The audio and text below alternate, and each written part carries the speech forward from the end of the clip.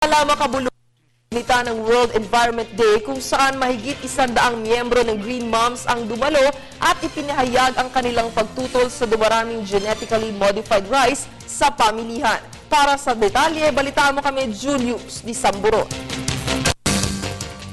Sa patuloy na pagsusulong ng isang maayos, maganda at eco-friendly na pamumuhay, mahigit sa 100 ina ang nagtungo sa Quezon City Memorial Circle para gunitain ang World Environment Day. Ngayong taon, may tema itong Think, Eat, and Save, na layong labanan ng kagutuman sa buong mundo at iwasan ang pag-aaksaya nito. Sila ang Green Moms Coalition na nagsusulong ng breastfeeding at organic food consumption sa bansa. Kanilang ipinoprotesta ang paggamit ng genetically modified rice o GMO na kilala sa pagiging golden rice.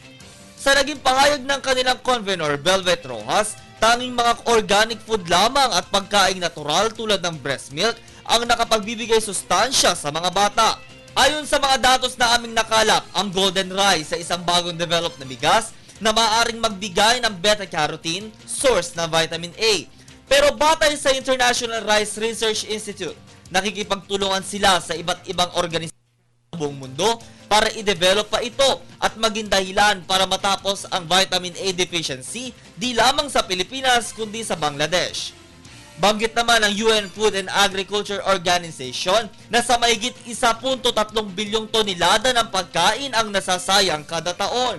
Pero ayon din sa kanilang mga ulat, may 1 sa 7 tao sa buong mundo ang natutulog ng gutom, kabilang dyan ang mahigit 20,000 mga bata na may edad 5 pababa, kung saan nagiging sanhi ng kanilang kamatayan. Kaya maaaring maging solusyon ang bigas na ito para din masugpo ang kagutuman.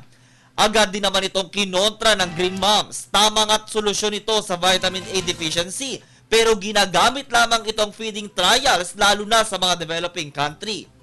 Samantala, kasama ng ilang mga inang nagprotesta ang kanilang mga anak na nakagayak para kondinahin ang GMO rice.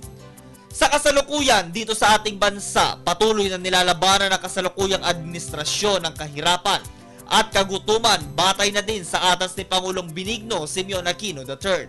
Kabilang na dyan ang pagkakaroon ng Pantawid Pamilyang Pilipino Program o 4Ps ng DSWD. Para sa telebisyon ng Julius Di Samburo.